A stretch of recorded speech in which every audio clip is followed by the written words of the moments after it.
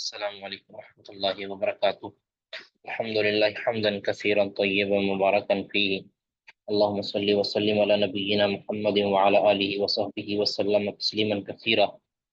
باب، اب یہاں باب امام بخاری رحمہ اللہ نے اس میں کوئی ترجمہ ذکر نہیں کیا، کوئی الفاظ ذکر نہیں کیے، تو یاد رکھیں کہ جہاں امام بخاری رحمہ اللہ صرف اکیلا باب کے ہیں تو دیگر فقہا کی طرح، فقہا محدثین کی طرح یہ بھی امام بخاری رحمہ اللہ کا طریقہ ہوتا ہے کہ اس کا پچھلی باب کے ساتھ تعلق ہوتا ہے، تو گویا یہ فصل کے قائم مقام ہوتا ہے، یعنی یہ باب یہاں بمعنی فصل ہوتا ہے۔ آپ جانتے ہیں نا کہ اس کی جو ہے نا وہ جب یعنی جو کتاب ہوتی ہے نا، کتاب الصلاۃ یا یہ جنس کے قائم مقام ہوتی ہے، یعنی جنس جس کے اندر مختلف انواع آتی ہیں، اور جو باب ہوتا ہے یہ نو کے قائم مقام ہوتی ہے، یعنی ایک جنس سے جو مختلف آگے قسمیں آتی ہیں اس کو نو کہتے ہیں۔ تیسری آتی ہے فصل، یعنی ان مسائل میں جو ایک جزیات ہوتی ہیں اس کو فصل کہہ دیتے ہیں، ٹھیک ہے۔ تو ویسے تو ابواب یہ امام بخاری نقل کرتے ہیں وہ نو ہی کے قائم مقام ہے، لیکن یہاں جو ہے فصل کے قائم ہو جائے گی کیونکہ اس کا پچھلے باب کے ساتھ تعلق ہے، اور یہاں باب لانے کا مقصد یہ ہوتا ہے کہ بسا اوقات جو پچھلا باب ہوتا ہے نا یہ طویل ہو جاتا ہے، تو طوالت سے آپ کو پتہ ہے کہ افتاحٹ پیدا ہوتی ہے، تو اس افتاحٹ سے بچنے کے لیے امام بخاری رحمہ اللہ فصل کے معنی کے اندر ایک باب قائم کر دیتے کہ اس کا پچھلے کے ساتھ تعلق ہے، اور جو پچھلا باب تھا ہمارا وہ تھا ایمان کے متعلق کہ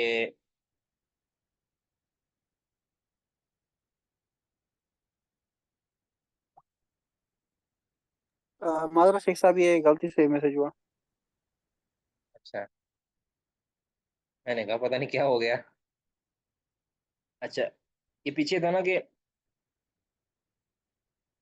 فجعل ذلک کلہ دینا وما بین، یہ یعنی جو امور اسلام ہے اس کو دین کے اندر قرار دیا ہے، ٹھیک ہے۔ تو اس کا بھی اسی کے ساتھ تعلق ہے، جب ہم حدیث پڑھیں گے تو میں بتاتا ہوں کہ اس کا تعلق کیسے ہے۔ جی پڑھیے گا جی، ام عبد الرحمن صاحبہ پڑھیے گا۔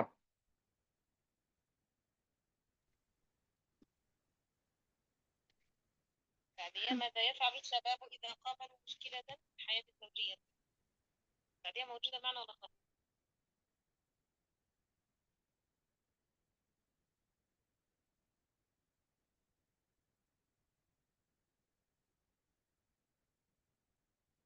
المشكلة ساروا وفكروا في الطلاق. نعم، بارك الله فيك. قال حدثنا إبراهيم بن حمزة قال حدثنا إبراهيم بن سعد عن صالح عن ابن شهاب عن عبيد الله بن عبد الله أن عبد الله ابن عباس أخبره قال أخبرني أبو سفيان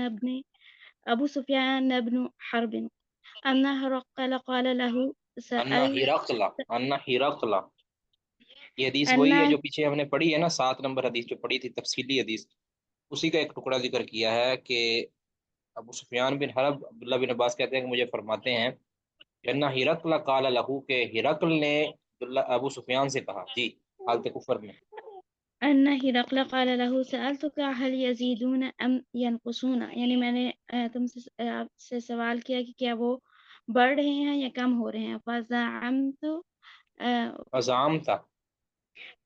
أنهم يزيدون، آپ نے کہا کہ وہ زیادہ ہو رہے ہیں، وكذلك الإيمان، اسی طرح سے ایمان ہے کہ حتى يتم، اسی طرح ایمان کا حال ہے یہاں تک کہ وہ مکمل ہو جائے، وسألتك هل يرتد أحد سخطة لدینه بعد ان يدخل فيه، اور میں نے آپ سے سوال کیا کہ کیا اس میں اس کے دین میں داخل ہونے کے بعد کوئی اس سے مرتد بھی ہوا ہے، یعنی اس سے ناراض ہو کر، فزعمت اللہ، تو آپ نے کہا نہیں، وكذلك الایمان، اسی طرح سے ایمان کا حال ہے، حين تخالط بشاشته القلوب لا يسخطه احد، کہ جب یہی ایمان کا حال ہے کہ جب اس کی بشاشت دلوں میں سما جاتی ہے تو کوئی اس سے ناراض نہیں ہوتا۔ جی اس میں کوئی اس سے کوئی ناراض نہیں ہوتا۔ اب یہی مطابقت ہے پچھلی حدیث کے ساتھ کہ ایمان کی اپنی ایک بشاشت ہوتی ہے، اسی طرح ایمان کے اپنے ایک درجے ہوتے ہیں. کذالک الایمان ہوتا ہے یتیمہ، ایمان بھی مکمل ہوتا ہے. ٹھیک ہے، یہ ساری چیزیں جیسے جیسے بندہ اسلام کے ارکان پر عمل کرتا رہتا ہے تو اس کا ایمان پورا ہو جاتا ہے. تو بعض یہ کہتے ہیں کہ اس سے استدلال تو بنتے نہیں، کیونکہ یہ تو ہرقل تھا جو کہ مسلمان نہیں تھا، تو وہ اس کی بات کو بطور دلیل کیوں پیش کیا جا رہا ہے.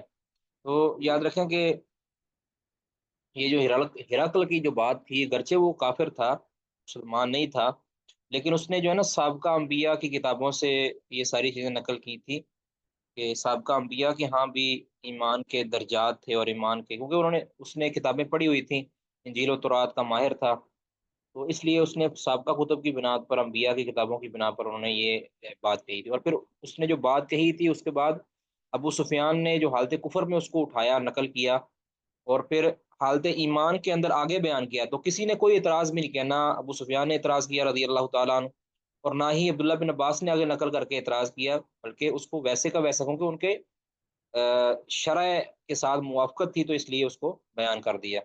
تو اس کا مطلب ہے کہ یہ دلیل امام بخاری رحمہ اللہ کی ایمان کے درجات اور ایمان کی کمال اور ایمان کے نقص کے اوپر دینا یہ بالکل صحیح ہے. باقی اب اس کی مکمل حدیث کے اوپر پوری بحث ہو چکی ہے الحمدللہ. آگے جی، بابو فضل من استبرأ لدینہ، اس شخص کی فضیلت کہ جو اپنے دین کو بچا لے، دین کو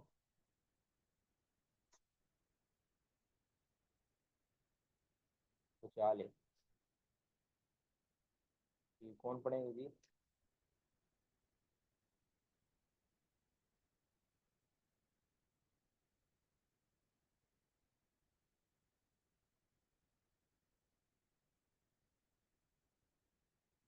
جی عبد الرحمان صاحب آپ ہی پڑھیے گا.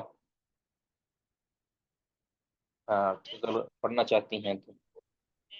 باب فضل من استبرأ لدينه. قال حدثنا أبو نعيم قال حدثنا زكريا عن عامر قال سمعت النعمان بن بشير يقول سمعت رسول الله صلى الله عليه وآله وسلم اب یہ يقول. ساری کی ساری سند جو ہے نا، ساری سند یہ کوفی راویوں پر مشتمل ہے. یہ فائدہ ہے سند کا کہ ساری سند کوفی راویوں پر مشتمل ہے. ابن حجر رحمہ اللہ اسی طرح لکھتے ہیں فتح الباری کے اندر. جی آگے پڑھیے جی. الحلال بين والحرام بين. حلال بھی واضح ہے اور حرام بھی واضح ہے. وبينهما مشبہات مشبہات، اور ان دونوں کے درمیان کچھ مشتبہ چیزیں ہیں. لا یعنی يعلمها اب كثير. بعض روایتوں کے اندر مشتبہات بھی ہے، بعد میں ہے یعنی شبہات بھی ہے. تو یہ مختلف الفاظ آئے ہیں، مشتبہات بھی ہے، امور مشتبہات بھی ہے، متشابہات بھی ہے. تو مختلف الفاظ میں یہ سارے قریب المعنی ہیں. تو حلال بھی واضح ہے، حرام یعنی حلال میں سے بہت سی چیزیں بالکل واضح ہیں، یعنی جس کے اوپر جو منصوص ہیں. ٹھیک ہے، اور اس کے اوپر دلائل بالکل واضح اور بارز ہے، اس وجہ سے وہ حلال واضح ہے. یعنی اس طرح مثال زنا ہے، سب کو معلوم ہے، ہر خاص و عام کو معلوم ہے کہ یہ زنا حرام ہے. ہر ایک کو معلوم ہے کہ چوری کرنا حرام ہے، ہر ایک کو معلوم ہے کہ سود حرام ہے. یہ جو چیزیں ہیں یہ بالکل واضح ہیں. اور اس طرح حلال، اس میں آپ کہہ سکتے ہیں کہ اس طرح مرغی کھانا حلال ہے، اس طرح مچھلی کھانا حلال ہے، اس طرح جو گندم کھانا حلال. یہ چیزیں جو سب کو معلوم ہے، معلوم جسے کہتے ہیں معلوم ہے ہر خاص و عام کو. ٹھیک ہے، اب ان میں کچھ مشتبہ امور ہے یعنی جس کا حلال اور حرام ہونا واضح نہیں ہے. مشتبہ کا مطلب کیا ہے کہ یعنی اس کا حلال اور حرام ہونا یہ واضح نہیں ہے. لا یعلمها کثیر من الناس، بہت سے لوگ اس میں، کا مطلب بعض لوگ ان کو بھی جانتے ہیں. یعنی وہ مشتبہ جو امور ہے وہ بعض کے اعتبار سے ہیں، یعنی عوام الناس کہہ لیں، یا ایک ایسے علماء کے جو متخصص نہیں ہیں، وہ دیگر جو متخصصین ہیں، فقہاء اور محدثین جو قسم کے علماء ہیں، ان سے پوچھ لیتے ہیں. تو ایسا نہیں ہے کہ دین کا کوئی مسئلہ وہ بالکل مجہول ہو اور اس کا علم ہی نہ ہو، ایسا نہیں ہے. ٹھیک ہے، یا یہ ہو سکتا ہے کہ بعض کے حق میں وہ چیزیں مشتبہ ہیں اور بعض کے حق میں وہ مشتبہ نہیں، یا یہ بھی ہو سکتا ہے کہ کوئی مسئلہ، یعنی ایسا شاذ و نادر ہی ہے، کوئی مسئلہ اس کے اندر ایسی پیچیدگی ہے کہ اس کا حلال اور حرام ہونے کا جو زاویے ہیں وہ دونوں برابر ہیں، اس میں حلال والی بھی چیزیں پائی جاتی ہیں، حرام والی بھی پائی جاتی ہیں، تو اس کو کہتے ہیں مشتبہ ہیں، ٹھیک ہے۔ پر یہ زیادہ بہتر ہے کہ اس کو کثیر لوگ نہیں جانتے، بہت سے لوگ عوام نہیں جانتی، لیکن علماء میں سے جو خاص علماء ہیں اس چیز، اس فن کے، اس چیز کے ریلیٹڈ، وہ اس کو جانتے ہوتے ہیں، ٹھیک ہے۔ لا یعلمها مطلب لا یعلم حکمها، اس کے حکم کو نہیں جانتے بہت سے لوگ، ٹھیک ہے۔ اور سنن ترمذی کی روایت کے اندر آیا لا یدری کثیر من الناس امین الحلال ام یا ام من الحرام، کہ بہت سے لوگ یہ نہیں جانتے ہوتے کہ کیا یہ حلال میں سے ہے یا حرام میں سے ہے، تو اس کا مطلب مشتبہ کا معنی سمجھ آ گیا کہ ایسی چیز کے جس کا حلال اور حرام ہونا واضح نہ ہو، جی۔ فمن اتقى المشبہات استبرأ لدینہ وعرضہ، بس جو کوئی مشبہات سے بچ گیا اس نے اپنے دین کو اور اپنی عزت کو بچا لیا۔ اب یہاں بھی ومن جو مشبہات کا لفظ ہے، بعض روایتوں میں شبہات ہے، بعض میں متشابہات ہے، تو یہ رواتوں کے معنی ایک ہی ہے، یہ بالمعنی الفاظ ہیں۔ مشبہات، جس نے اپنے مشبہات سے جو بچ گیا تو وہ استبرا لدینہ و عرضہ، جی۔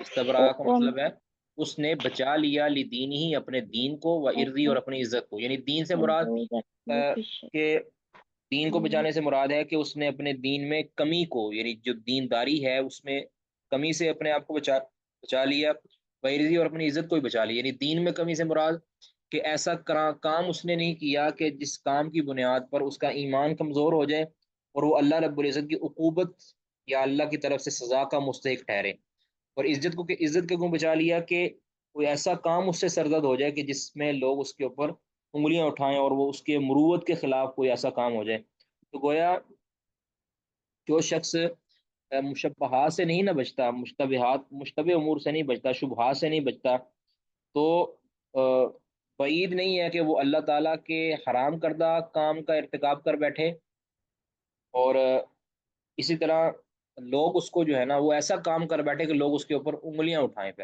اس لیے کہا جاتا ہے نا کہ بدگمانی سے بھی بچو لیکن ایسے کاموں سے بھی بچو کہ جس سے بدگمانیاں پیدا ہو جاتی ہیں، لیکن رسول اللہ صلی اللہ علیہ وسلم نے اپنی زوجہ گھر چھوڑنے کے لیے، یعنی اعتکاف کے دوران تھے نا، زوجہ ملنے کے لیے آئیں، آپ صلی اللہ علیہ وسلم اس کو گھر چھوڑنے کے لیے کہ اندھیرا تھا، تو ایک صحابی یا دو صحابی وہاں سے گزرے، تو آپ صلی اللہ علیہ وسلم نے فرمایا کہ یہ میری بیوی ہے۔ اب آپ نے اس شبے کو دور کر دیا، اب یہ چونکہ موقع تھا شبہ کا، تو آپ صلی اللہ علیہ وسلم نے شبے کو دور کر دیا، کہیں ان کے دل میں یہ خیال نہ پیدا ہو کہ کہیں ہمارا نبی صلی اللہ علیہ وسلم پتہ نہیں کس عورت کے ساتھ جا رہا ہے، تو صحابہ تو کہتے ہیں اللہ کے نبی ہم تو یہ بات سوچ بھی نہیں سکتے، آپ نے فرمایا کہ تم تو سوچ نہیں سکتے لیکن شیطان انسان کے ان الشیطان یجری من الانسانی مجری الدم، خون کی طرح جو ہے نا وہ بہتا ہے انسان، وہ کسی وقت بھی تمہیں شبہ ڈال سکتا ہے، تو اس لیے شبے سے بھی بچنا ہے، یعنی کسی کے اوپر شبہ ڈالنا یا کسی کے متعلق بدگمانی پیدا کرنے سے بھی بچنا ہے، اور خود بدگمانی کی صورت بنانے سے بھی بچنا ہے۔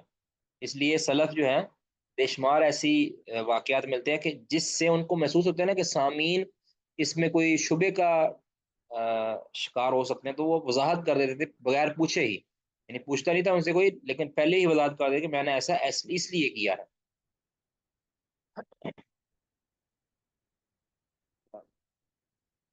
اس کا مطلب ہے کہ اس حدیث میں یہ دلیل ہے کہ دینی امور کے اوپر محافظت کرنا اور مروت کے جو مسائل ہیں ان کی محافظت کرنا کہ مشروع ہے، ٹھیک ہے، یعنی اپنے دین کو بچانا اور اپنی عزت کو بچانا، عزت لوگوں سے اور دین اللہ تعالیٰ سے، جی۔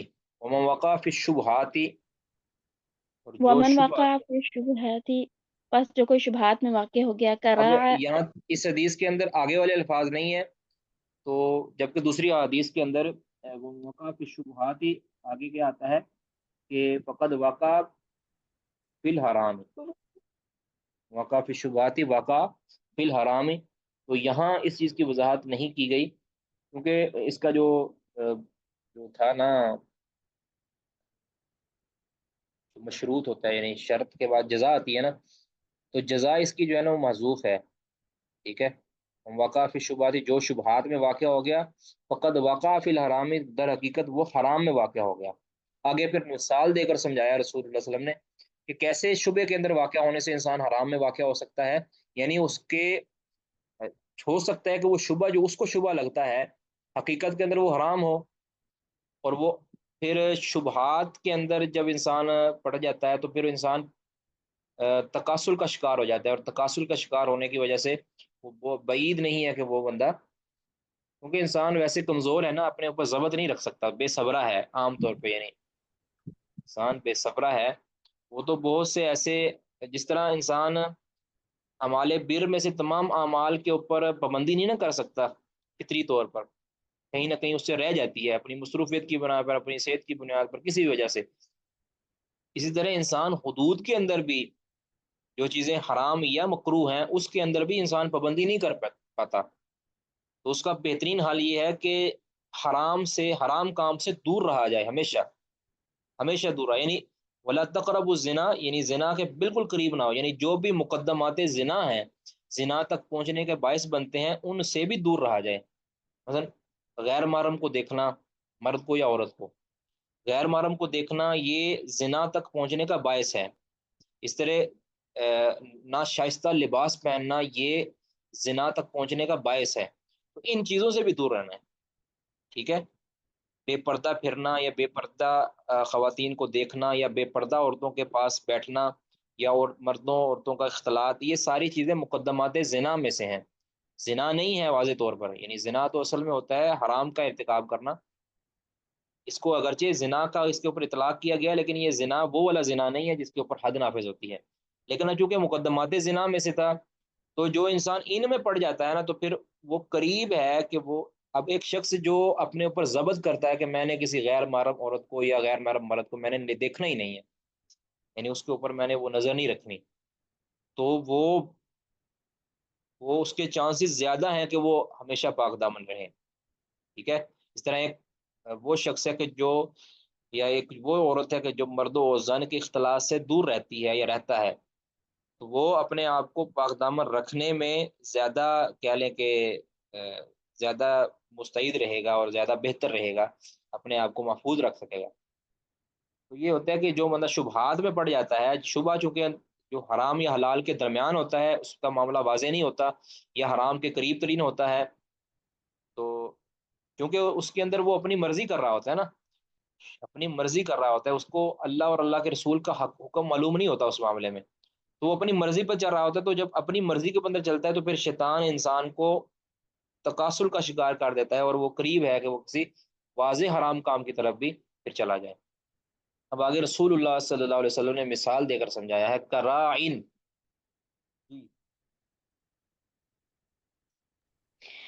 کراعن یعنی چراہے کی مانند ہے، یرعا حول الحما، یعنی جو کہ ممنوع چراگاہ کے ارد گرد چراتا ہے، یوشکو یعنی قریب ہے، این یواقعہ کہ وہ اس میں واقع ہو جائے، یہ وہ اس کو میں اعلیٰ واقعہ کر آگاہ دے۔ ہو اچھا، یہ یہاں جائے۔ مثال دی ہے بڑی پیاری، نبی صلی اللہ علیہ وسلم نے یہاں بڑا پیارا نقطہ، ابن حجر رحمہ اللہ اس کو اٹھاتے ہیں، کہتے ہیں کہ جو عرب کے جو تھے نا بادشاہ تھے، وہ اپنے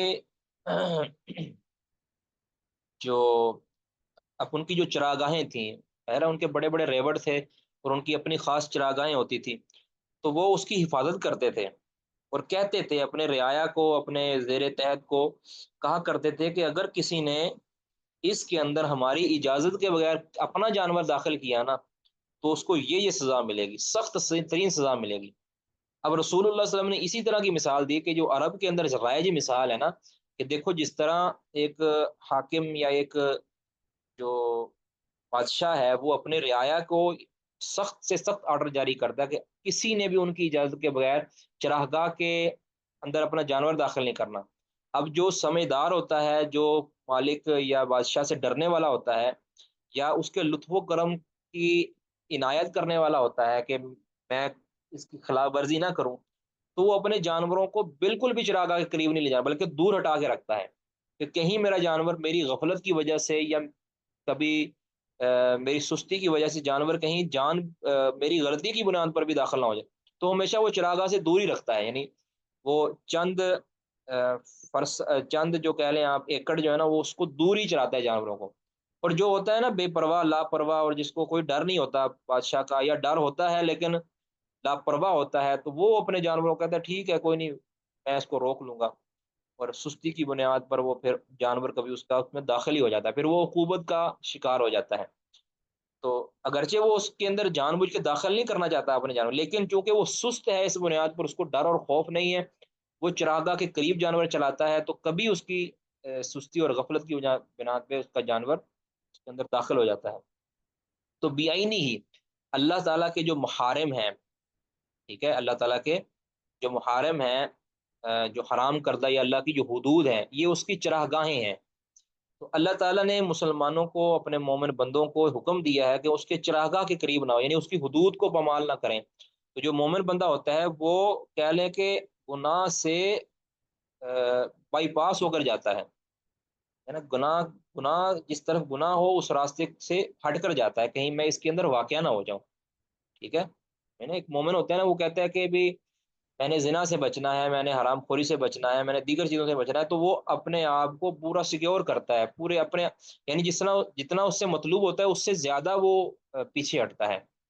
ایک شخص کو اگر مطلوب ہے نا کہ تم نے مثال کے طور پر تم نے فرض نماز جماعت کے ساتھ پڑھنی ہے، جو پھر اس یعنی جماعت کو ترک کرنے سے ڈرتا ہوتا ہے نا، اس حد کو پامال کرنے سے ڈرتا ہوتا ہے، وہ وقت سے پہلے پہنچنے کی کوشش کرتا ہے نماز کے اندر.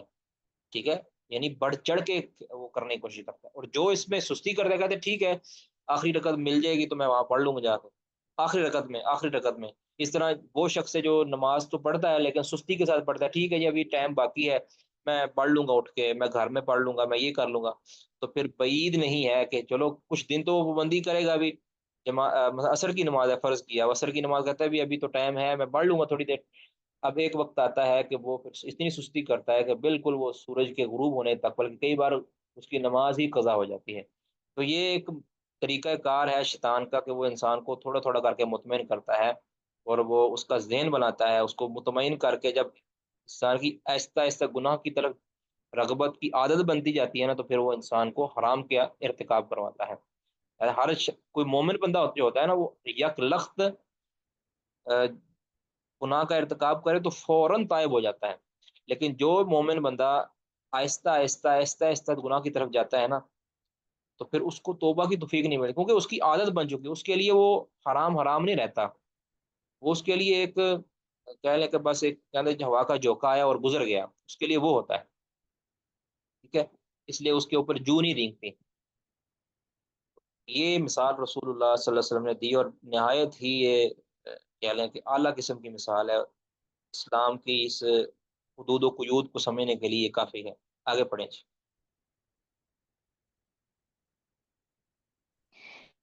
ألا وإن ألا وإن لكل ملك اگر ہو جاؤ بے شک ہر بادشاہ کے لیے ایک ممنوع چراگاہ ہے. ألا اگر ہو جاؤ ان حم اللہ فی ارضہ محارمہ کہ آگاہ ہو جاؤ کہ اللہ تعالیٰ کی ممنوع چراگاہ اس کی زمین پر اس کی حرام کردہ چیزیں ہیں. یعنی زمین کے اندر اللہ کی جو ألا آگاہ چراگاہیں ہو ہیں وہ جاؤ اس کے حرام کردہ امور. جی. الا و ان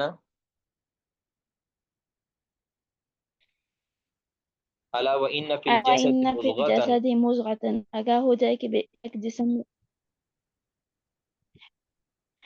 ألا وإن جسد مضغة آگاہ ہو جاؤ بے شک جسم میں ایک ٹکڑا ہے. صلاحت حل کلہ کہ جب وہ صحیح ہو تو پورا ٹھیک ہوتا ہے. وإذا جب وہ خراب فسد الجسد کلہ تو تمام جسم خراب ہو جاتا ہے. ألا آگاہ ہوا ہی القلب کہ یہ دل ہے. اب اس میں پورے جسم میں سے دل کو جو خاص کیا گیا ہے نا، اس لیے خاص کیا کیونکہ یہ پورے بدن کا امیر ہے، کہہ لیں پورے بدن کا یہ اور اس یعنی امیر البدن اس کو کہہ سکتے ہیں آپ. کہ اگر کسی قوم کا امیر صحیح ہوگا نا تو اس کی رعایا بھی صحیح ہوگی، ٹھیک ہے؟ اس طرح ایک جسم، ایک بدن کا دل اگر صحیح ہوگا تو اس کا پورا جسم وجود صحیح ہوگا، ٹھیک ہے؟ تو یہ ایک طرح کا کہہ لیں آپ استعارہ سے استعمال کیا ہے ابن حجر رحمہ اللہ نے، اس نے اسی طرح بات کی ہے۔ اور اگر کسی قوم کا امیر ہی فاسد ہوگا، حکمران ہی فاسد ہوگا، خراب ہوگا، تو پھر اس کا پورا، اس کی رعایا بھی خراب ہو جائے گی اوور آل۔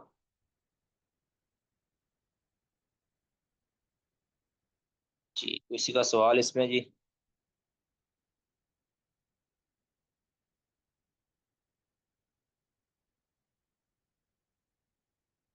آگے کون پڑھیں گے؟ جی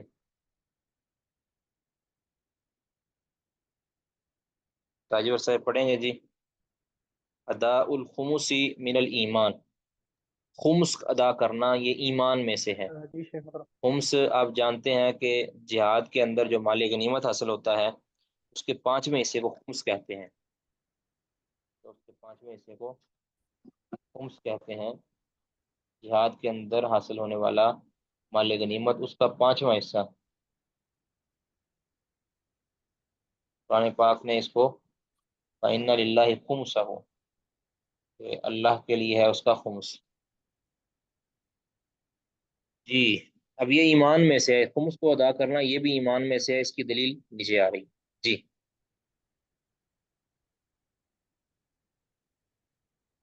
قال الإمام حدثنا علي بن الجعد قال أخبرنا شعبة عن أبي جمرة قال كنت اقعد، أقعد مع ابن عباس كنت أقعد مع ابن عباس يجلسني على سريره، میں ابن عباس رضی اللہ عنہ کے ساتھ بیٹھا کرتا تھا، وہ مجھے اپنے چارپائی پہ بٹھاتے تھے۔ اب فقال، تو انہوں نے، جی جی شیخ صاحب، تو یہ انہوں نے دلیل ہے کہا، کہ طلبہ کو اپنے ساتھ بٹھانا یہ خلاف کہہ لیں کہ تعظیم نہیں ہے، طلبہ کو اپنے برابر بٹھانا یہ خلاف تعظیم نہیں ہے۔ جیسا کہ کئی لوگ اہل بدعت جو ہے نا سمجھتے ہیں کہ ہماری جو رعایا ہمارے سامنے نیچے ہمارے قدموں میں بیٹھے، ہمارے برابر نہیں بیٹھ سکتے، یہ غلط بات ہے۔ کیا اپنے برابر بھی بٹھایا جا سکتا ہے، اور اس کو طالب علم کو عزت احترام دینا عبداللہ بن عباس کی سنت ہے۔ یا کچھ لوگ ایسے ہیں کہ جو بعض اساتذہ کو بھی دیکھا گیا ہے کہ وہ طالب علم کو بلاتے ہوئے بھی عزت و احترام کا لحاظ نہیں کرتے، تو کہہ کے بلاتے ہیں، اور یہ سمجھتے ہیں کہ شاید یہ ہم سے چھوٹا ہے تو اس لیے ہم اس کو تو کر کے بلائیں، یہ درست نہیں ہے۔ ابن عباس دیکھیں اپنے ساتھ ان کو سریر یعنی چارپائی پر بیٹھاتے تھے، اور آگے اگلی کی کیا ہے؟ جی آگے پڑھیں گے۔ قال فقال أقم عندي حتى أجعل لك سهما من مالي، کھڑے ہو جا میرے ساتھ چل یہاں تک کہ میں تجھے نہیں اپنے مال میں سے کھڑے کوئی حصہ مقرر کروں۔ کھڑے نہیں ہونا، میرے ساتھ ٹھہرو، میرے پاس یعنی قیام کرو میرے پاس، یعنی اصل جی میں نا، شیخ صاحب، اصل میں یہ تھے عبداللہ بن عباس رضی اللہ تعالیٰ عنہ کے، یہ ترجمان تھے۔ یہ ابو جمرہ، بعد نے کہا کہ یہ فارسی جانتے تھے تو لہٰذا ابن عباس نے ان کو اپنے پاس ترجمانی کے لیے رکھا تھا، لوگوں کو سمجھانے کے لیے۔ تو بعض کہتے ہیں کہ ترجمانی سے یہ بھی ہو سکتا ہے مراد کہ ان کی فہم و تفہیم اچھی ہوگی، فہم و تفہیم ان کی اچھی ہوگی تو اس لیے ان کو رکھا تھا، یہ بھی بعض کہتے ہیں، واللہ اعلم۔ تو میرے پاس تم ٹھہرو تو میں تمہیں کچھ نہ کچھ اپنا مال دوں گا، سام من مالی، اپنے مال کا کچھ حصہ دوں گا، یعنی تنخواہ تمہیں دوں گا، میں وظیفہ دوں گا، وظیفہ کا لفظ زیادہ بہتر ہے اس کے لیے۔ تو ساتھ وہ دین بھی حاصل کر لیں گے، علم بھی حاصل کر لیں گے، ان کا جو کام ہے جو ترجمانی والا وہ بھی کرتے رہیں گے۔ تو کہتے فَأَقَمْتُ مَعَهُ شَهْرَيْنِ، تو میں عبداللہ بن عباس کے پاس 2 مہینے تک ٹھہرا، ٹھیک ہے؟ ثم قال، اب اصل میں یہ جو تفصیلی ایک روایت آتی ہے اس میں تو یہ ذکر کیا گیا ہے کہ ابن عباس رضی اللہ تعالیٰ عنہ سے سوال پوچھا گیا تھا، تو سوال پوچھا گیا تو انہوں نے سوال کے جواب کے اندر پھر یہ آگے واقعہ سنایا، تو انہوں نے یہاں مختصر کرتے ہوئے سوال کو حذف کر دیا ہے، صرف یہ دلیل ذکر کر دی ہے، ٹھیک ہے؟ تو اب ایک یہ بھی ہے کہ فَأَجَعَلَ لَكَ سَهْمًا مِّن مَّالِي، کہ یہ جو مال کا ایک حصہ جو دیا تھا کہ یہ کس بنیاد پہ دیا تھا؟ بطور ان کو وظیفہ دیا تھا یا کہ بطور انعام دیا تھا؟ کیونکہ جو ایک اور کتاب کے اندر یعنی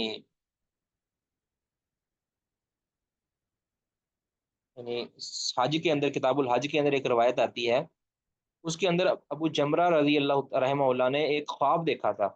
اس خواب کو عبداللہ بن عباس کے سامنے انہوں نے ذکر کیا، انہوں نے خوش ہو کر پھر ان کو کہا کہ میں تجھے جو ہے نا کچھ مال دوں گا.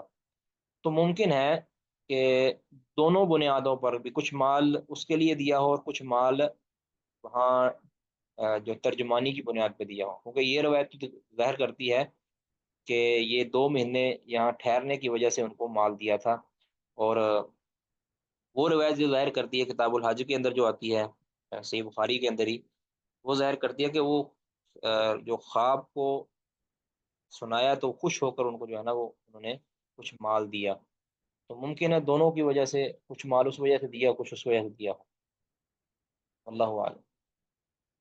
تو کہتے ہیں فَأَقَمْتُ مَعَهُ شَهْرَيْنِ، تو میں ان کے پاس 2 مہینے ٹھہرا. تو اس دوران ان سے کوئی سوال پوچھا گیا تھا اسی طرح کا کہ نیچے جو باب آ رہا ہے، نیچے جو آ رہی ہے نا روایت آ رہی، اسی کی مطابقت سے کوئی سوال پوچھا گیا تو انہوں نے جواب الفاظ کے اندر دینے کی بجائے دلیل ذکر کر دی. تو یہ بھی ایک طریقہ ہوتا ہے کہ اگر سامع آپ سمجھتے ہیں کہ وہ استدلال کی اہلیت رکھتا ہے، اگر سامع استدلال کی اہلیت رکھتا ہے تو پھر اس کے سامنے صرف دلیل ذکر کر دی جائے، جواب ذکر نہ بھی کیا جائے، کوئی حرج نہیں ہے. مطلب جائز یا ناجائز کا ذکر کرنے کی بجائے اس کو ڈائریکٹ دلیل سنا دی جائے تاکہ وہ خود سمجھ جائے کہ اس سے یہ ثابت ہوتا ہے، میرے سوال کا جواب یہ ملتا ہے. ٹھیک ہے جی. ثم قال، ثم قال إن وفد عبد القيس لما أتوا النبي صلى الله عليه وسلم قال من القوم. پھر ابن عباس رضی اللہ عنہما نے کہا کہ جب بنو عبد القیس کا وفد نبی اکرم صلی اللہ علیہ وسلم کے پاس آیا تو نبی صلی اللہ علیہ وسلم نے کہا یہ جماعت کس قوم کی ہے، اور من الوفد یہ کون سا وفد ہے؟ قالوا ربیعہ، تو انہوں نے کہا بنو ربیعہ. یعنی ربیہ، قال مرحبا اب بالقوم. ربیہ قبیلے سے ہمارا تعلق ہے جی. تو نبی اکرم صلی اللہ علیہ وسلم نے کہا آپ کے لیے مرحبا، مرحبا بالقوم او بالوفد غیر خزایا ولا ندامہ، اس حال میں کہ آپ رسوا نہ ہوں اور آپ پشیمان نہ ہوں. ہاں جی، یعنی کوئی ندامت، کوئی پشیمانی، کوئی فضلان آپ کو لاحق نہ ہو. تو یہ دلیل ہے کہ کسی کے منہ پر کبھی کبھار تعریف کی جا سکتی ہے. ٹھیک ہے، کسی کے منہ پر تعریف کی جا سکتی ہے جی. فقالوا یا رسول اللہ انا لا نستطيع ان نأتيك الا في الشهر الحرام، ہم نہیں آپ کے پاس آ سکتے سوائے حرمت کے مہینے میں. وبیننا وبینک هذا الحي من کفار مضر، ہمارے اور آپ کے درمیان یہ بنو مضر قبیلہ مضر کے کفار کا یہ بستی ہے. یعنی ہم دور کے فمرنا لوگ ہیں، ہم دور کے لوگ ہیں، مسلمان چونکہ ہو چکے ہیں، یہ مسلمان ہو چکے تھے. آگے گرچہ ان کو اسلام سکھایا جا رہا ہے لیکن یہ مسلمان ہو چکے تھے. آگے اسلام کے متعلق مزید اس کی دلیل یہ ہے کہ ایک تو انہوں نے کہا یا رسول اللہ، یعنی آپ صلی اللہ علیہ وسلم کی رسالت کا اقرار کیا. ٹھیک ہے، دوسرا مضر قبیلے کو کفار کہا ہے. ٹھیک ہے، مضر قبیلے کو کفار کہا ہے اور یہ کہا ہے کہ ہمارے اور آپ کے درمیان ایک فاصلہ جو ہے نا، ایک قوم یہ رہتی ہے. اب اگر تو ہم حرمت والے مہینوں میں نہ آئیں تو پھر یہ ہمیں چھوڑیں گے نہیں، ہمیں مار دیں گے کیونکہ ہم مسلمان ہیں، ہمیں ہمارا راستہ روکیں گے. اب چونکہ حالت جاہلیت کے اندر جو کفار تھے وہ بھی ان مہینوں کا، حرمت والے مہینوں کا جو احترام کرتے تھے، اس کے اندر جنگ بندی نہیں کرتے تھے، اپنے دشمن کو بھی کچھ نہیں کہتے تھے. تو اس وجہ سے ہم جو ہے نا اس حرمت والے مہینوں کے اندر ہی آتے ہیں تاکہ ہماری جان بچ سکے اور ہم آپ کے پاس حاضر ہو سکیں. اب یہ جو واقعہ ہے نا، یہ ابتدائی اسلام کا تھا، تاکہ اس وقت ابھی آپ کہہ سکتے ہیں کہ جمعہ کی نماز بھی فرض نہیں ہوئی تھی. ٹھیک ہے، اس کی دلیل دی گئی ہے نا کہ میں آخر میں ذکر کرتا ہوں انشاءاللہ اس کی دلیل، کہ یہ شروع کا یہ واقعہ ہے اور اس میں بیان کی جانے والی جو چیزیں ہیں یہ منسوخ ہیں بعض جی. آپ نے فرمایا فمرنا مرحبا بأمر بالقوم فصل نخبر به من وراءنا. جی. فمرنا بأمر فصل نخبر به من وراءنا، تو ہمیں آپ کوئی تفصیلی ایسے احکامات بتائیں جس کی ہم خبر اپنے بعد والوں کو دیں، ہمارے نہیں، پیچھے جو اہل والے قبیلہ۔ تفصیلی مراد نہیں ہے یہاں، تفصیلی مراد نہیں، فیصلہ کن مراد ہے۔ فصل کا مطلب یہاں فیصلہ کن ہے، بِأَمْرٍ فصل، فیصلہ کن یعنی جس کے اندر واضح بیان ہو، جس کے اندر کوئی الجھاؤ یا کوئی پیچیدگی نہ ہو، بالکل واضح بیان ہو جو فیصلہ کن ہو، اس میں مزید ہمیں کچھ پوچھنے کی ضرورت ہے باقی نہ رہے۔ نخبر بھی من وراءنا، ہم اپنے پیچھے جا کے خبر دیں کہ بھی یہ کام کر لو تم، وندخل به الجنت، اور ہم جنت میں داخل ہو جاؤ، جو ہو جائیں، اب یہ کام کر لو، یہ فیصلہ کن ہے، اب ہم اس سے ذریعے جنت میں داخل ہو جائیں گے۔ جی۔ وسألوه عن الأشرب، اور انہوں نے نبی اکرم صلی اللہ علیہ وسلم سے مشروبات کے متعلق پوچھا، فأمرهم بأربع ونهاهم عن أربع، تو نبی اکرم صلی اللہ علیہ وسلم نے ان کو 4 چیزوں کا حکم دیا اور 4 چیزوں سے روکا۔ امرهم بالایمان باللہ وحدہ، کہ وہ اللہ اکیلے پہ ایمان لے آئے۔ قال اتدرون تو ما حکم دیا، الایمان باللہ انہیں وحدہ، حکم دیا، اکیلے اللہ پر ایمان لانے کا۔ اب ایمان کی آگے وضاحت پھر نبی صلی اللہ علیہ وسلم نے خود پوچھی کہ کیا جانتے ہو ایمان؟ ایمان تو تم لے آئے ہو، لیکن کیا پتہ بھی ہے کہ ایمان کی تفصیل کیا ہے؟ اب یہ حدیث دلیل ہے کہ ایمان اور اسلام جو ہے وہ بسا اوقات ایک ہی معنی کے اندر استعمال ہوتے ہیں اور بسا اوقات الگ الگ معنوں میں استعمال ہوتے ہیں۔ یہاں جو اسلام کے اراکین تھے اس کے اوپر ایمان کا لفظ بولا گیا ہے، تدرون مل ایمان باللہ وحدہ، جانتے ہو کہ اللہ اکیلے پر ایمان لانے کا مطلب کیا ہے؟ اس کا مطلب اسلام اور ایمان ایک ہی معنی کے اندر۔ جی۔ قالو، قالوا اللہ ورسولہ اعلم، تو انہوں نے کہا اللہ اور اس کا رسول زیادہ جاننے والے ہیں۔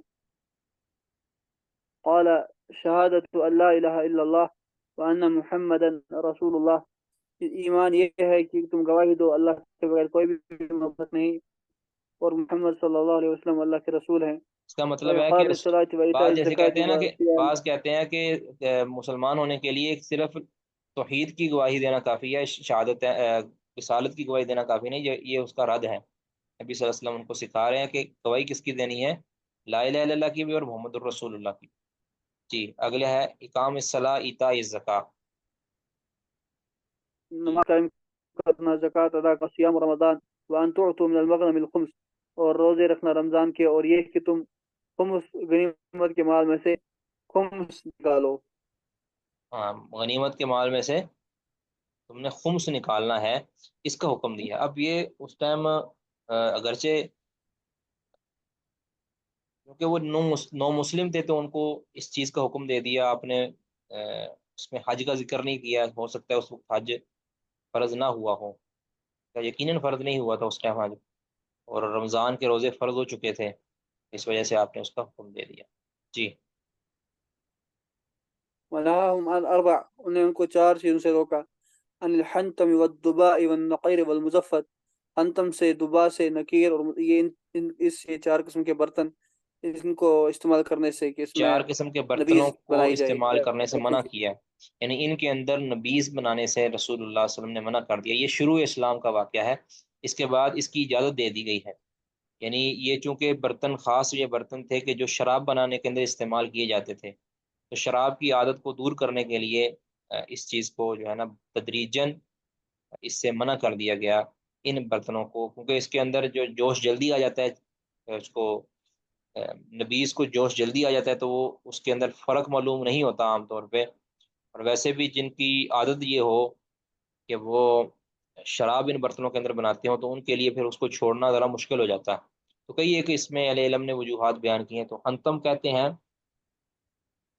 یعنی وہ جس کو سبز مٹکا کہتے ہیں، سبز مٹکا، ٹھیک ہے، انتم سبز مٹکے کو۔ اب یہ جو سبز مٹکا ہوتا ہے، اس کو آپ کہہ لیں کہ اس کے مسام بند ہو چکے ہوتے ہیں تو اس کے اندر جوش جلدی آتا ہے، اور جو نبیذ ہے وہ جلدی شراب بننے کا خدشہ ہوتا ہے۔ آگے بدبا، کدو کا برتن، یعنی جو کدو ہوتا ہے بڑا کدو، اس کو جب خشک کر لیا جاتا ہے تو اس کے بھی مسام بالکل بند ہو جاتے ہیں، اس میں بھی جوش جلدی آ سکتا ہے۔ اس طرح وہ نقیر، نقیر کہتے ہیں کہ جو ہوتا ہے نا شاخ یا لکڑی، ٹھیک ہے، شاخ اور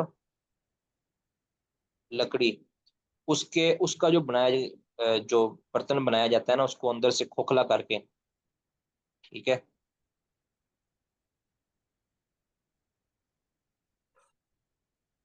اس طرح والمزفت، مزفت کہتے ہیں یعنی ایسا برتن جس کو روغن لگایا گیا ہو. یہ دیکھا ہے نا آپ نے کبھی، یعنی روغن یعنی اس کے مسام کو بند کرنے کے لیے لگایا جاتا ہے. اور اس کے اوپر ورغما کالا المقیر، اور مقیر بھی کہا ہے. مزفت یا مقیر ایک ہی معنی ہے ان کا. جو روغن لگایا گیا، اس میں تارکول بھی ہو سکتا ہے، دیگر جو برتن ہوتے ہیں وہ بھی ہوتا ہے، اور چینی کا برتن وہ بھی شاید اسی کے اندر آتا ہے. تو یہ چیزیں جلدی جوش میں آتا دیا، یہ شراب کی بنانے کے لیے استعمال ہوتی تھی، تو اس کو عادت چھڑوانے کے لیے یہ بتایا گیا ہے کہ آپ نے یہ برتن استعمال نہیں کرنے. اس کے بعد رسول اللہ صلی اللہ علیہ وسلم نے اس کی اجازت دے دی. صحیح مسلم کے اندر یہ لفظ موجود ہے کہ رسول اللہ صلی اللہ علیہ وسلم نے، سیدنا بريدہ کی روایت ہے غالباً، کہ آپ نے اجازت دے دی کہ میں نے تمہیں 4 برتنوں سے منع کیا تھا، اب تم 4 برتنوں کو استعمال کر سکتے ہو. واضح جی؟ کسی کا کوئی سوال اس کے اندر تو وہ ذکر کر سکتے ہیں.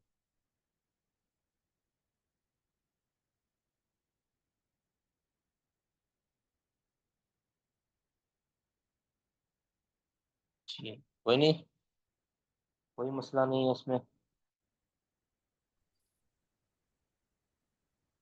شیخ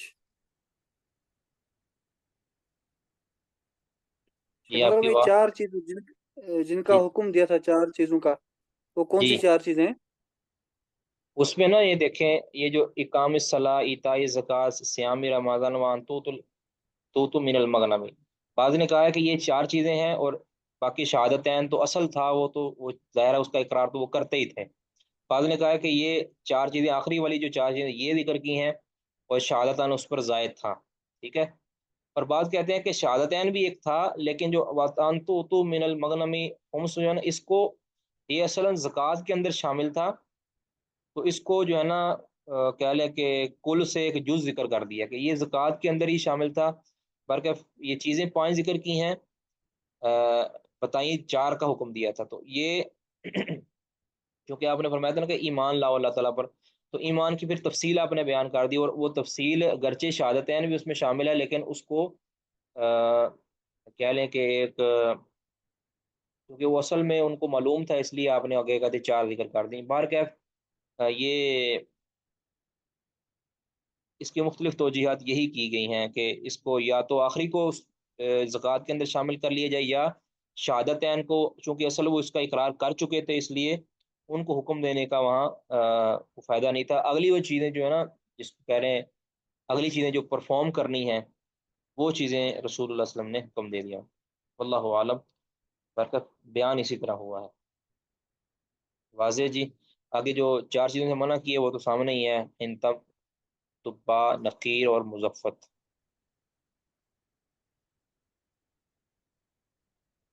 اب یہ سارے جو برتن ہیں نا، جتنے برتن، یہ ان کی اجازت دے دی گئی ہے. پہلے اس کی اجازت نہیں تھی، بعد میں اس کی اجازت دے دی گئی ہے، یہ یعنی منسوخ ہے. لیکن سیدنا عبداللہ بن عباس رضی اللہ تعالیٰ عنہ نے جو جواب دیا تھا اس ایک خاتون کو، جو میں نے پہلے عرض کیا، اشارہ دیا ہے کہ صحیح مسلم کے اندر ہے،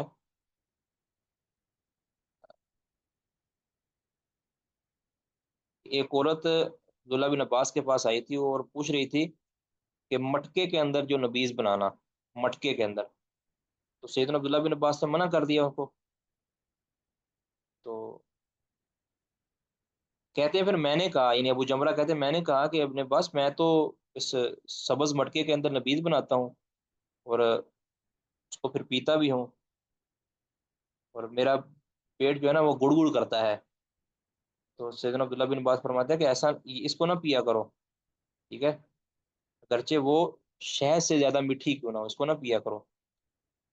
یا تو عبداللہ بن عباس رضی اللہ تعالیٰ عنہ کو شاید یہ جو ممانت کا جو منسوخ ہونا تھا، یہ ان کو نہیں پہنچا ہوگا، یعنی ان کو تک یہ نسخ ہے یہ نہیں پہنچا ہوگا. جبکہ صحیح مسلم کے اندر بریدہ رضی اللہ تعالیٰ کی حدیث کے اندر اس کا جو نسخ جو ہے یہ معلوم ہے، اور نسخ اس کا جو ہے یہ واضح ہے، ان کو نسخ نہیں پہنچا، اس بنیاد پر وہ اس کو ان برتنوں کے اندر نویز بنانے کو جائز نہیں سمجھ رہے، آخری آخری وقت تک بھی اس کو جائز نہیں سمجھتے تھے۔ اچھا، وقال آپ صلی اللہ علیہ وسلم پھر فرمایا کہ احفظوہن واخبروا بہن من وراءکم، ان کو یاد کر لو، ان 8 چیزوں کو یاد کر لو، یا دوسرے لفظوں میں آپ 9 چیزیں کہیں، ان کو یاد کر لو خوب، واخبروہن بہن، اور ان چیزوں کی خبر دے دو تم من وراءکم، اپنے پہلے لوگوں کو۔ اب یہ جو میں نے عرض کیا تھا پہلے کہ یہ دلیل کے، یہ جو حدیث ہے یہ شروع اسلام کی ہے، یعنی مدینہ کے اندر شروع کی بات ہے، اس کی دلیل یہ ہے کہ ایک منٹ، اس کی دلیل یہ ہے کہ یہی اسی سند کے ساتھ، تقریباً اسی سند کے ساتھ امام بخاری رحمہ اللہ نے کتاب الجمعہ کے اندر روایت ذکر کی ہے کہ ان اول جمعۃ جمعت بعد جمعۃ فی مسجد رسول اللہ صلی اللہ علیہ وسلم فی مسجد عبد القیس بجواسی من البحرین، وجواسی یعنی جو سب سے پہلا جمعہ پڑھا گیا تھا نا مسجد نبی کے اندر جمعہ کے بعد، سب سے جو پہلا جمعہ پڑھا گیا تھا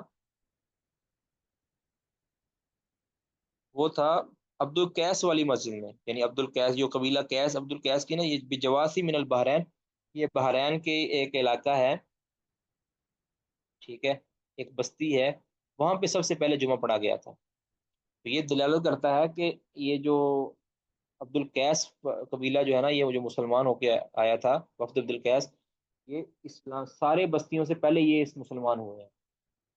یہ شروع اسلام کا واقعہ کہ ابھی جمعہ فرض ہی ہوا تھا، کہ اس وقت کا واقعہ، اس کے بعد پھر آپ کو پتہ ہے احکام پے در پے اسلام کے نافذ ہونے لگے، اور اس میں سے پھر ایک یہ بھی ہے کہ ان 4 برتنوں سے منع جو کیا گیا تھا اس کی ممانت، اس کی جو ممانت ہے وہ منسوخ کر دی گئی۔ جی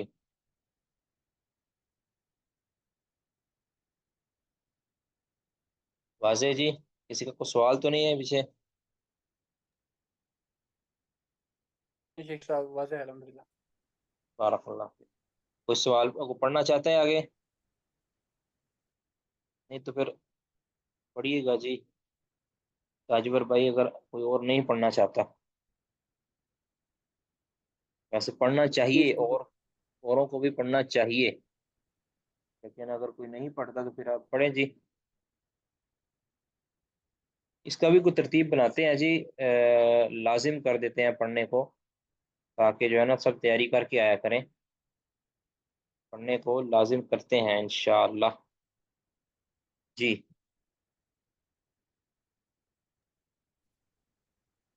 باب ما جاء ان الاعمال بالنیت والحسبۃ، باب جو کچھ اس بارے میں آیا ہے کہ اعمال نیت کے اعتبار سے ہوتے ہیں اور ثواب کی نیت کے اعتبار سے ہوتے ہیں، وَلِكُلِّ امْرِئٍ مَّا نَوَىٰ، یعنی اور یہ کہ ہر حسبہ کہتے ہیں، حسبہ نیت تو ہوتے ہیں نا، کہ نیت جس کو کہتے ہیں، تو حسبہ کہتے ہیں کہ ثواب کی امید رکھنا، کیا محتسباً آتا ہے نا لفظ، من قام رمضان ایمان واحتساب، احتساب یعنی ثواب کی نیت سے، تو کوئی بھی کام کرنا ہے ثواب کی نیت سے، حالانکہ حتیٰ کہ ایک جائز اور مباح کام ہے نا، کھانا بھی ہے نا، کھانا کھانا، اب یہ اس میں نہ ثواب ہے نہ گناہ ہے، لیکن اس کے اندر بھی بندہ کوئی اچھی نیت کر لینا، مثال کے طور پہ کہ میں روٹی کھاؤں گا، کھانا کھاؤں گا، اور اس کے ذریعے مجھے جسم میں انرجی آئے گی تو میں اللہ کی عبادت کروں گا اس طرح، یا میں دین کا علم حاصل کروں گا، میں پڑھوں گا، میں تلاوت کروں گا، یہ جو نیت اس کے اندر کر لینا کہ میرے اندر جو قوت آئے گی اور میں نیت یہ اس کو اچھی جگہ پہ اس کو صرف کروں گا، یہ نیت کرنے سے انسان کے کھانے کا جو عمل ہے یہ بھی نیکی بن جائے گا۔ حتیٰ کہ رسول اللہ صلی اللہ علیہ وسلم نے یہ تک فرمایا کہ جو بیوی کے منہ میں لقمہ ڈالنا، یہ بھی انسان کو اگر وہ نیکی کے ارادے سے کرتا ہے تو پھر اللہ تعالیٰ اس سے بھی خوش ہوتا ہے، یہ بھی صدقہ لکھ دیا جاتا ہے۔ حتیٰ کہ یہ بھی فرمایا کہ اگر کوئی میاں بیوی اپنا ازدواج قائم کرتے ہیں پاک دامنی کی نیت سے، تو پھر اس پہ بھی اللہ تعالیٰ اس کو اجر دیتا ہے۔ بلکہ ایک شخص جو دعا پڑھ کے سنت کے مطابق واش روم کے اندر جاتا ہے، اس کو بھی ایسے عمل کی وجہ سے نیکی ملتی ہے۔ تو یہ نیت اور ارادے، ایک شخص کو جو اچھائی اور یا نیکی کے ارادے سے کوئی جائز کام نہیں کرتا، تو اس کو ثواب نہیں ملتا پھر. اگر کوئی بندہ کھانا کھاتا ہے بغیر نیت اور ثواب کے تو اس کو کوئی ثواب نہیں ملتا. ہاں البتہ جو نیکی کے کام ہوتے ہیں نا، جو نیکی کے کام ہیں یعنی جس کو دین کے کام کہتے ہیں، اس کے اندر نیت شرط ہے، اس کے اندر خالص نیت رکھنا یہ شرط ہے. مثلا کوئی بندہ بری نیت کے ساتھ کوئی کام کرتا ہے یا نیت ہی نہیں کرتا یا ثواب کی نیت نہیں کرتا نماز پڑھنے کے اندر، تو اس کو ثواب نہیں ملے گا. پھر اس کا فرض تو ساقط ہو جائے گا لیکن اس کو ثواب نہیں ملے گا. ثواب یعنی جو زائد ثواب ہوتا ہے نیت اور اخلاص کا جو ثواب ہوتا ہے وہ اس کو نہیں ملے گا. باقی جو اس کو جو فرض کا ثواب ہوتا ہے وہ تو مل جائے گا. بہر اس نے جو اللہ کے ڈر سے جو ہے نا وہ فرض ادا کیا ہے. بہرحال اعمال کا مدار نیت پر ہے، نیت کے مطابق ہے. اور والحسبہ اور اس کی ثواب کی امید رکھنے پر ہے. وَلِكُلِّ امْرِئٍ مَّا نَوَىٰ اور ہر شخص کے لیے وہی ہے، یعنی وہی اس کا نتیجہ نکلے گا جو اس نے نیت کی ہوگی.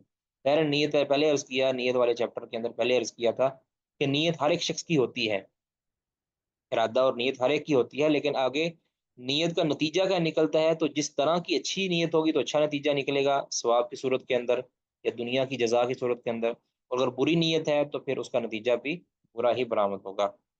جی فجاء فيه الإيمان والوضوء والصلاة والزكاة والحج والصوم والأحكام. تو اسی میں داخل ہیں ایمان بھی، وضو بھی، نماز بھی، زکوٰۃ بھی، حج بھی، روزہ بھی اور اب یہ احکام بھی. سارے یعنی احکام سے مراد دیگر شرعی احکام، یا یہ بھی ہو سکتا ہے کہ جو جو معاملات ہوتے ہیں انسان کے جس کے اندر محاکمے ہوتے ہیں، نکاح ہوتے ہیں، خرید و فروخت کے ہوتے ہیں، اس طرح اور دیگر جو کام جس کو معاملات کے ساتھ تعبیر کرتے ہیں، وہ سارے ان میں نیت داخل ہے.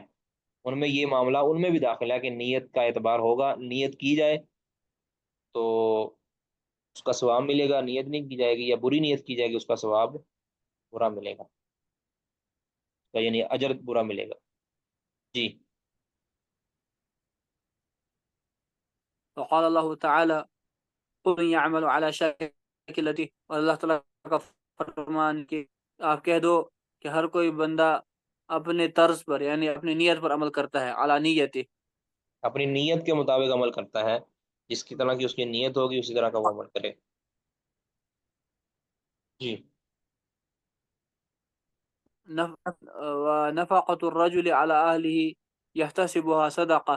اور ایک آدمی کا اپنے اہل پہ خرچ کرنا جس کے بارے میں اس کو ثواب کی امید، وہ بھی اس کے لیے صدقہ ہے.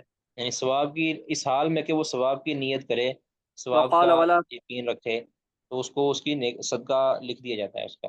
وقالا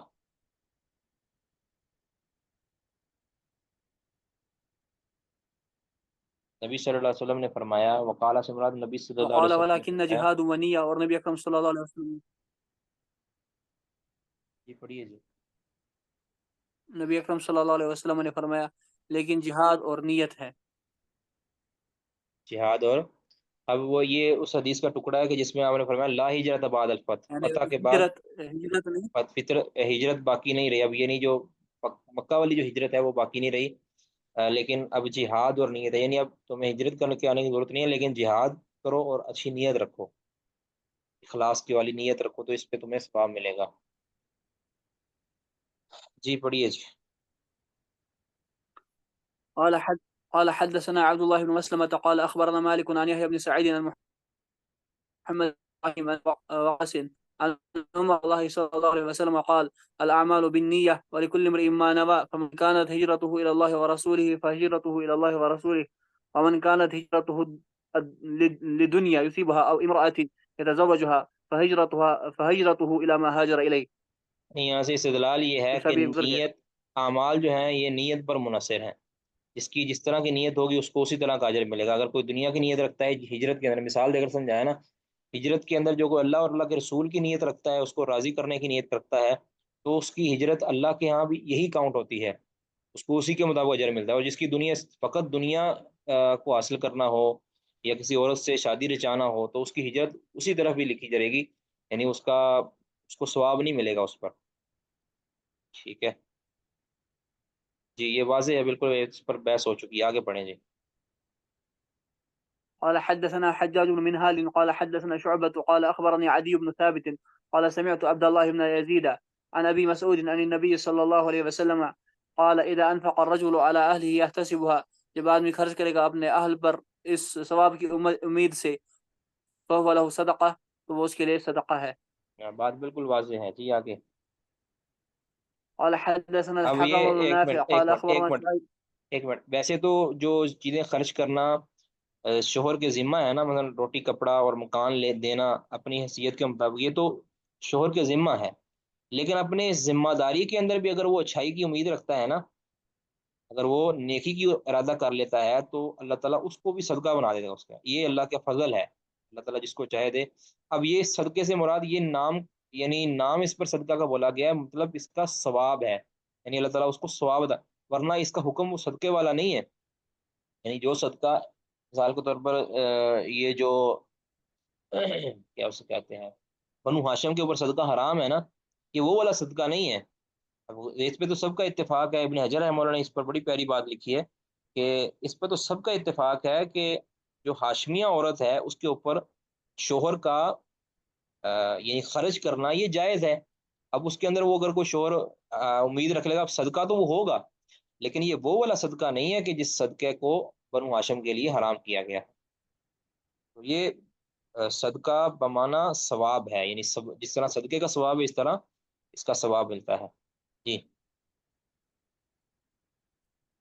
قال حدثنا الحكم بن نافع قال أخبرنا شعيب عن الزهري قال حدثني عامر بن سعد عن سعد بن أبي وقاص أنه أخبره أن رسول الله صلى الله عليه وسلم قال إنك لن تنفق نفقة تبتغي بها وجه الله إلا أجرت عليها حتى ما تجعل في امرأتك، بے شک جو کچھ آپ خرچ کریں گے جس میں آپ کو اللہ کے چہرے کی طلب ہو، اس پر آپ کو اجر دیا جائے گا، حتیٰ کہ جو لقمہ آپ اپنی اہلیہ کے منہ میں ڈالیں اس پر بھی ثواب ملے گا۔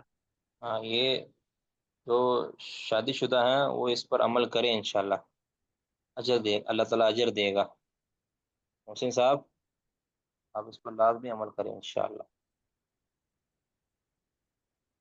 اللہ تعالیٰ سب کی محبتیں قبول فرمائے اپنے ازواج کے ساتھ، اور بیوی بھی اپنے شوہر کے منہ میں ڈال سکتی ہے، اس میں کوئی بڑی بات نہیں ہے۔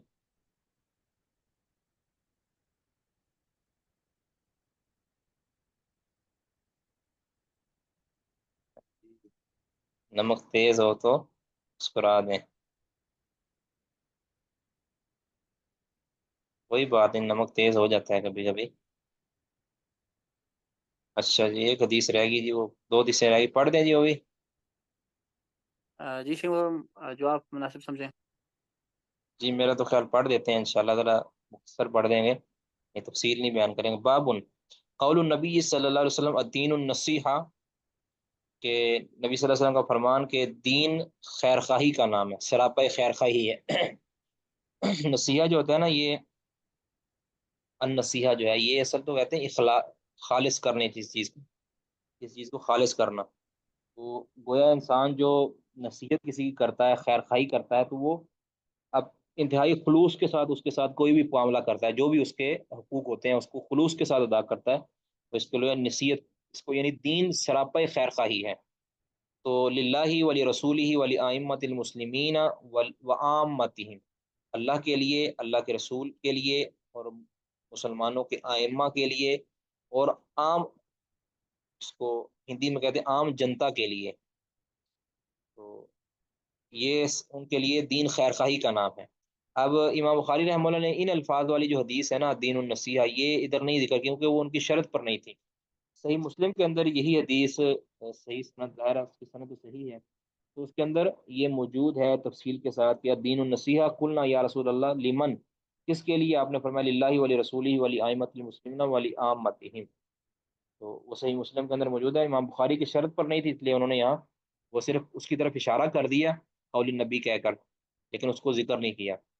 وقولہ تعالی، اللہ تعالیٰ کا یہ فرمان کہ اذا نصحوا للہ ورسولہ، جب وہ اللہ کے لیے خیر خواہ ہو جائیں اور اللہ کے رسول کے خیر خواہ ہو جائیں۔ اب اللہ کے لیے خیر خواہی کا کیا مطلب ہے، اور اسی طرح اللہ کے رسول کے لیے، دین کے لیے، اور کیا اسے کہتے ہیں مسلمانوں کے لیے اور ائمۃ المسلمین کے لیے، یہ 5 چیزوں کا ذکر کیا ہے حدیث کے اندر۔ تو اللہ کے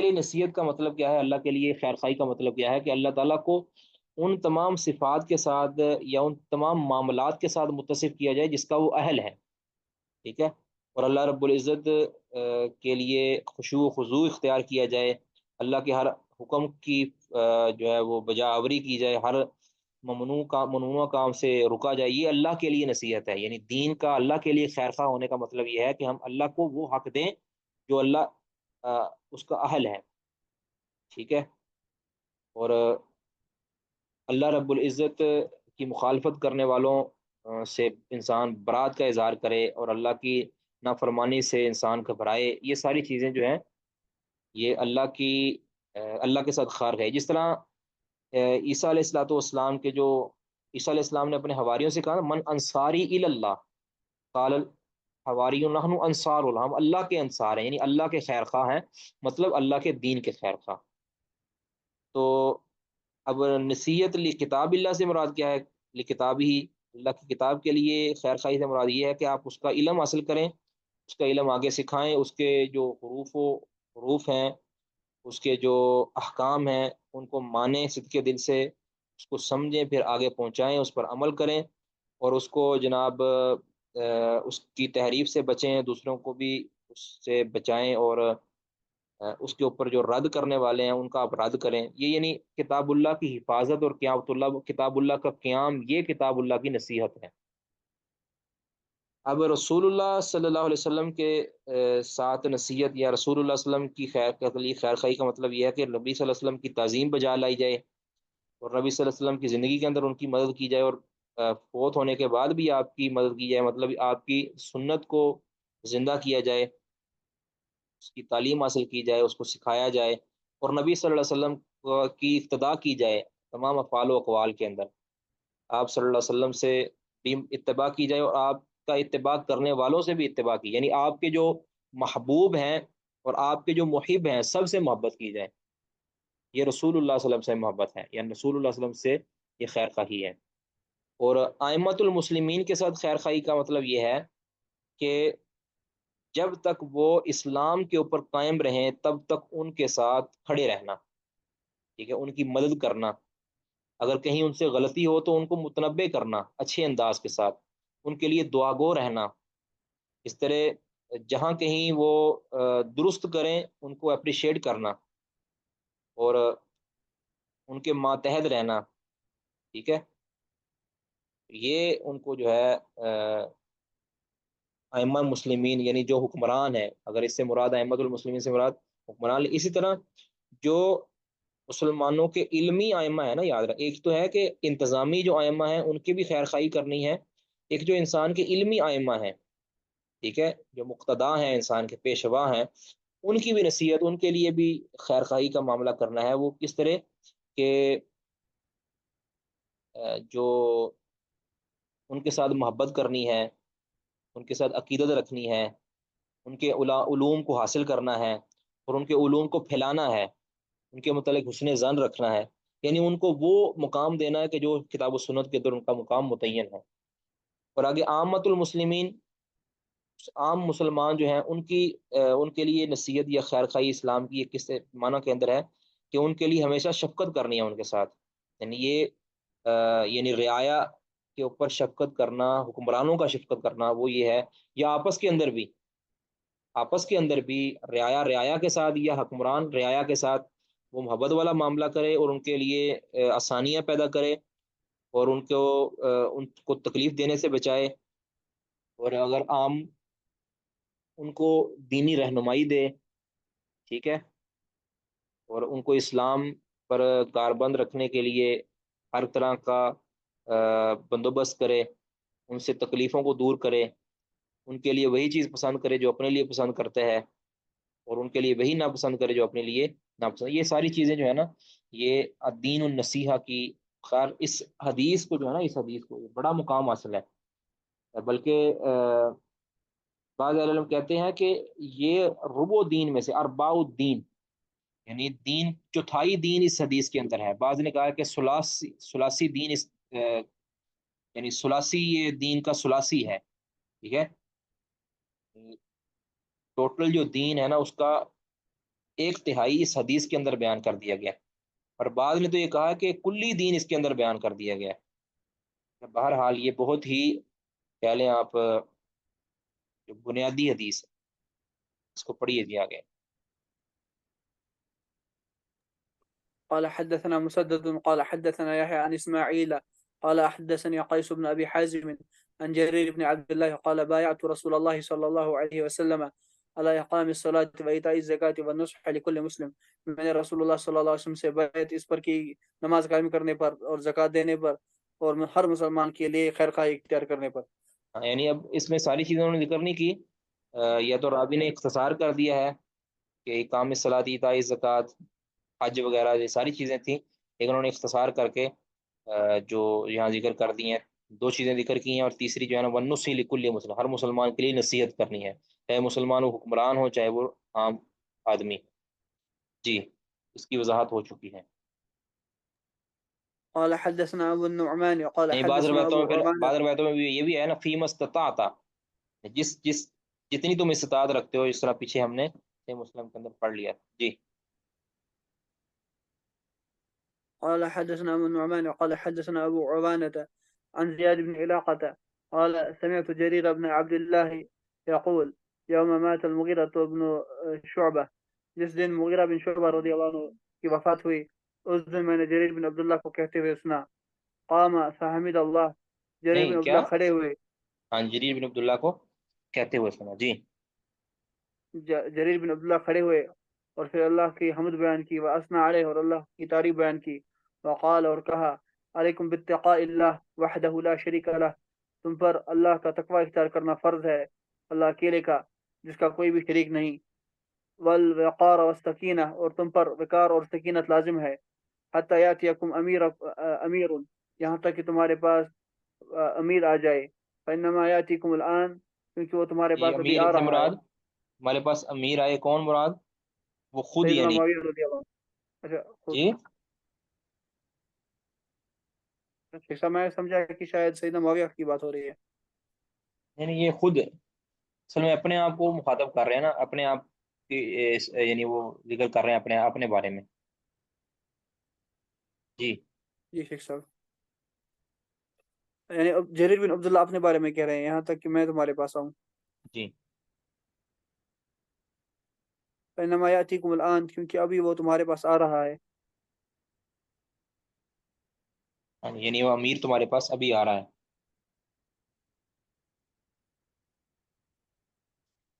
ثم یعنی قال اب استعفوا لاميركم، دراصل یہ تھا نا کہ مغیرہ بن شعبہ تو وفات پا چکے تھے، اب اس دن امیر پھر جریر بن عبداللہ بنے ہیں، تو وہ اب کہہ رہے ہیں کہ تمہارے پاس حتی یاتیکم امیر، کہ حتیٰ کہ تمہارے پاس امیر آ جائے، یعنی میں خود تمہارے پاس آ جاؤں، یعنی تم جو ہے وہ اللہ کا تقوی اختیار کرو وغیرہ وغیرہ۔ فَإِنَّمَا يَأْتِيكُمُ الْآنَ، وہ تمہارے پاس ابھی آ گیا ہے یا آ رہا ہے۔ آگے کیا فرمایا، ثم قال استعفوا لأمیرکم، اپنے اس امیر کے لیے، یعنی یہ جو فوت ہو چکا ہے مغیرہ بن شعبہ، اپنے اس امیر کے لیے، یعنی سابقہ امیر جو ہیں تمہارے، ان کے لیے معافی طلب کرو۔ جی فانه كان يحب العفو، کیونکہ یہ مغیرہ بن شعبہ رضی اللہ عنہ یہ بھی ہو عفو سکتا ہے، کو پسند۔ یہ بھی ہو سکتا ہے کہ حتیٰ یاتیکم امیر، حتیٰ کہ تمہارے پاس اگلا امیر آ جائے، ٹھیک ہے، میں تو امیر بنا ہوں نا، جب تک اگلا امیر نہیں آ جاتا تم اللہ کا تقوی اختیار کرو، تو میری بات مانو، یعنی مطلب کہنے کا مطلب میری نصیحتوں پر عمل کرو تاکہ اگلا امیر آ جائے۔ فَإِنَّمَا يَأْتِيكُمُ الْآنَ، بے شک تمہارے پاس اب یہ امیر آ چکا ہو، یعنی میں آ چکا ہوں تمہارے پاس۔ ثم قال، پھر فرمایا، جی اس امیر یعنی مغیرہ بن شعبہ رضی اللہ عنہ کے لیے عفو طلب کرو، فانه كان يحب العفو، کیونکہ وہ درگزر کرنے کو پسند کرتا تھا۔ ثم جی قال، پھر کہا، اما بعد فانی اتیت النبی صلی اللہ علیہ وسلم، جریر بن عبداللہ کہتے ہیں کہ میں نبی اکرم صلی اللہ علیہ وسلم کے پاس آیا، قلت ابایعک علی الاسلام، میں آپ سے اسلام پر بیعت کرنے آیا ہوں. فشرط علیہ والنصح لکل مسلم. تو نبی اکرم صلی اللہ علیہ وسلم نے مجھ پر شرط یہ عائد کی بیعت میں کہ ہر مسلمان کے لیے خیر خواہی. فبایعت علی هذا. پھر میں نے نبی اکرم صلی اللہ علیہ وسلم کے ساتھ اس پر بیعت کی. ورب هذا المسجد. اس مسجد کے رب کی قسم. انی لناصح لکم. میں تمہارا خیر خواہ ہوں. ثم استغفر ونزل. پھر اس نے استغفار کیا اور اتر گیا.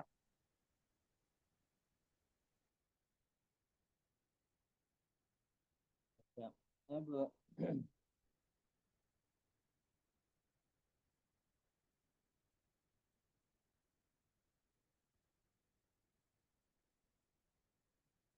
اچھا، امام بخاری رحمہ اللہ نے اس حدیث کو آخر میں لانے کا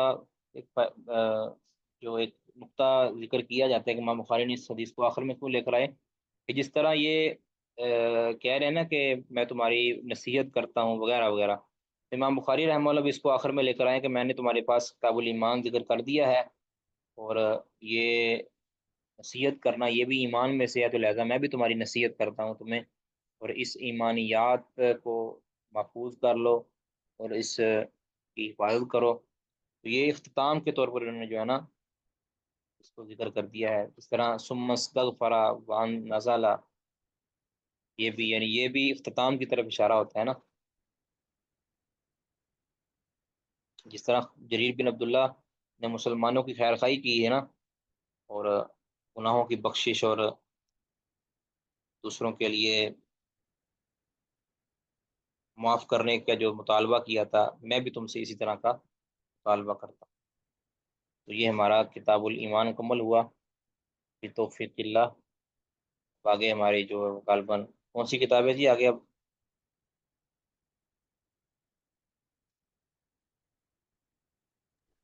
محترم آگے اس کے بعد تو شیخ صاحب آخر میں سے جو کتب ہیں ابھی، وہ کون سی ہیں؟ ایک منٹ میں دیکھتا ہوں، جی شیخ صاحب میں میں بتاتا ہوں ابھی انشاءاللہ. هي الاعتصام بالکتاب والسنة. شال اعتصام اچھا ٹھیک ہے، چلیں انشاءاللہ وہ شیئر کر دیں گے، میرا خیال کر دی ہوگی شاید اس سے پہلے گروپ. احاد ہیں شیخ صاحب. جی احاد اس سے پہلے ہیں. باب نہیں وہ اخبار کتاب نہیں، میں نے کہا وہ شیئر کی ہے آپ کو کتاب. جی شیخ صاحب اس میں آج وہ احاد والا چیپٹر ایڈ کیا ہے انہوں نے. هي کتاب الحیل ہے. وہ آج بھیجا تھا نیا پی ڈی ایف معاذ بھائی نے. ایک منٹ میں دیکھ لیتا ہوں، ابھی میں بھی دیکھ. اس میں یہ کتاب الحیل کا اضافہ انہوں نے کہا ہے کہ کتاب الحیل کا اضافہ کر دیا گیا ہے. یہ کیسے؟ جی جی شیخ صاحب کتاب الحیل یہ بھی ہے شیخ صاحب، لیکن یہ میرے خیال میں اس کے بعد آتا ہے. نہیں یہ اس سے پہلے ہی شیخ صاحب. 6953 کتاب الحیل ہے، کتاب الحیل کا 6981. جو ذکر کیا ہے کتاب الحیل. یہ کتاب الحیل جی ہمارے جی کورس میں تھا. جی جی جی شیخ صاحب ہیل بھی ہے، اخبار احاد بھی ہے، اعتصام الکتاب والسنہ بھی ہے، التوحید بھی ہے. یہ کتاب الحیل تو اور چھوٹا پھر سا میں ہے، نے شیخ صاحب وہ گزارش کی تھی. کتاب جی الحیل تو شیخ چھوٹا صاحب سا ہے نا. جی شیخ صاحب یہ 29 حدیث ہیں. جی چھوٹا سا ہی ہے. ٹھیک ہے چلیں، اللہ خیر کرے. سبحانک اللہم وبحمدک، اشہد ان لا الہ الا انت، استغفرک واتوب الیک. السلام علیکم ورحمۃ اللہ وبرکاتہ.